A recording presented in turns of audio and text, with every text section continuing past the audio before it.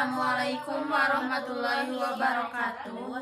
Perkenalkan, kami perwakilan dari kelompok 1.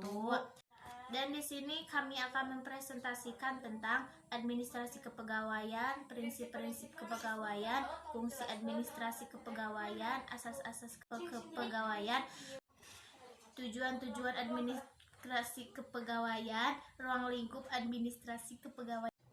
Yang pertama yaitu administrasi kepegawaian. Administrasi kepegawaian adalah proses yang paling dasar dalam pengumpulan informasi berhubungan dengan sistem kepegawaian. Dalam hal ini dilakukan pengumpulan informasi yang berhubungan dengan kelengkapan atau perlengkapan dari administrasi umum yang berhubungan dengan seorang personal. Administrasi kepegawaian dapat dirumuskan sebagai berikut. 1. Sebagai ilmu, mempelajari segenap proses penggunaan tenaga manusia sejak penerimaan hingga pemberhentiannya. Yang kedua, sebagai proses penyelenggaraan politik kepegawaian, kebijakan politik pegawai, atau program kerja yang berhubungan dengan tenaga kerja manusia yang digunakan dalam usaha kerjasama untuk mencapai tujuan tertentu. 3. Sebagai fungsi. 1. Merumuskan tujuan dan sarana pokok kebijakan politik. Yang kedua, menyusun organisasi untuk menyelenggarakan pelaksanaan tujuan dan sasaran pokok kebijakan politik. 4. Sebagai seni, yaitu memilih pegawai baru dan menggunakan pegawai-pegawai lama dengan cara sedemikian rupa sehingga dari segenap tenaga kerja manusia tersebut diperoleh hasil dan jasa yang maksimal. Yang kedua, prinsip-prinsip kepegawaian. Prinsip-prinsip kepegawaian ada beberapa macam sebagai berikut. 1. Prinsip kemanusiaan. 2. Prinsip demokrasi. 3. The right man on the right place. 4. Equal pay for equal work. 5. Prinsip kesatuan arah. 6. Prinsip kesatuan tujuan. 7. Prinsip komando. 8. Prinsip efisiensi dan produktivitas kerja. 9. Prinsip disiplin. 10. Prinsip wewenang dan tanggung jawab atau job description. Yang ketiga, fungsi administrasi kepegawaian, yaitu 1. Fungsi teknis administrasi kepegawaian. 2. Fungsi umum administrasi kepegawaian, yaitu 1. Perencanaan pegawai, pengorganisasian kepegawaian, pengarahan pegawai, dan pengendalian pegawai. Yang keempat, yaitu asas pegawai. 1. Asas kepegawaian hukum.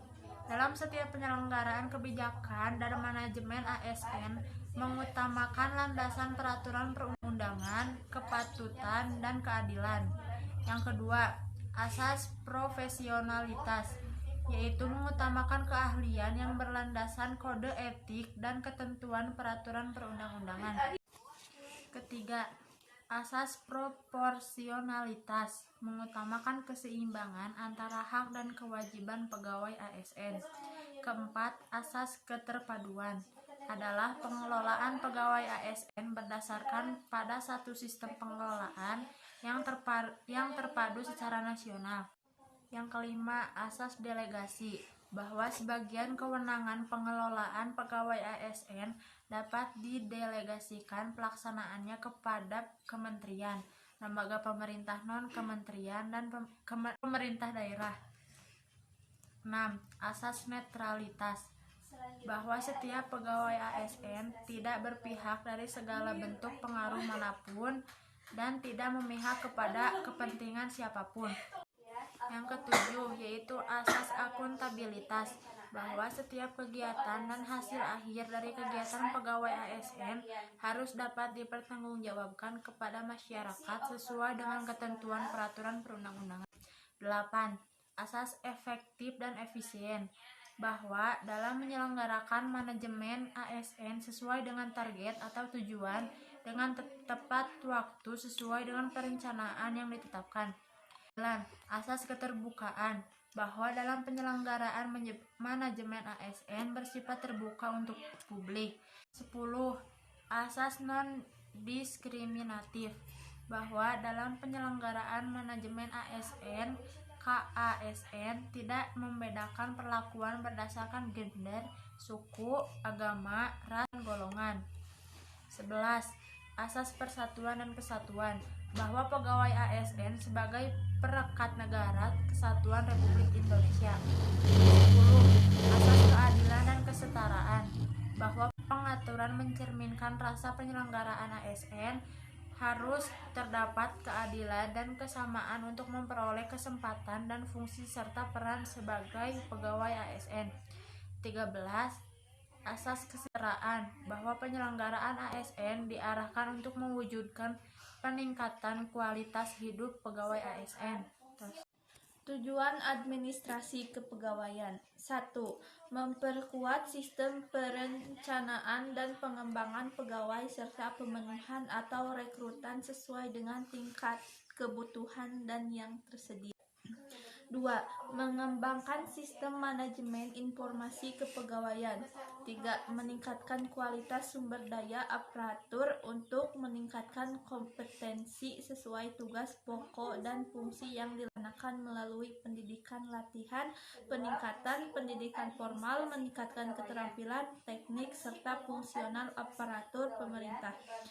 4. Terwujudnya penataan pegawai sesuai kompetensi jabatan dan syarat jabatan serta memperhatikan pola karir. 5. Peningkatan pembinaan pegawai untuk meningkatkan akuntabilitas dan kesejahteraan pegawai. 6. Peningkatan kinerja pelayanan kepegawaian dalam rangka meningkatkan kapasitas pemerintah daerah untuk mewujudkan tata pemerintahan yang baik. 6. Ruang lingkup administrasi kepegawaian.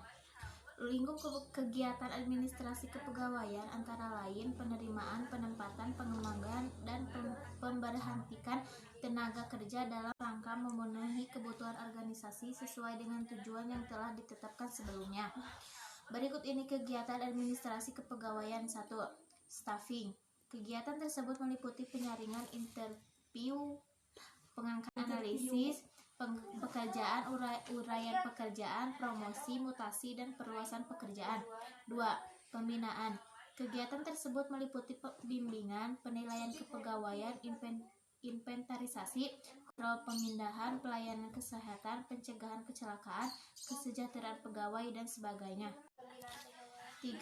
Hubungan kepegawaian. Kegiatan tersebut meliputi hubungan serikat kerja dengan organisasi serikat kerja yang lainnya, atau hubungan antara serikat kerja dengan perusahaan, perundingan kontrak kerja, keluhan buruh, perwasitan, jika terjadi perselisihan, dan sebagainya. 4.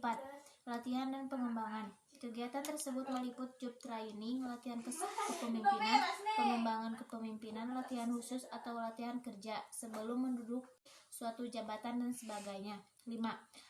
Kompensasi. Kegiatan tersebut meliputi gaji dan upah, tunjangan, bonus, pembagian laba, hadiah, dan sebagainya. 6. Komunikasi kepegawaian. Kegiatan tersebut meliputi buku tunjuk, saluran komunikasi, pengendalian berita negatif, keluh kesah, mendengarkan keluhan survei, tingkah laku modal, dan pengharapan. 7. Organisasi. Kegiatan tersebut meliputi penyusunan struktur organisasi, saluran organisasi formal dan informal, dan mengatasi akibat yang ditimbulkan dari perubahan organisasi. 8. Administrasi. Kegiatan tersebut meliputi penjelasan dan penafsiran mengenai otoritas, konsultasi, partisipasi, gaya kepemimpinan, dan sebagainya. 9.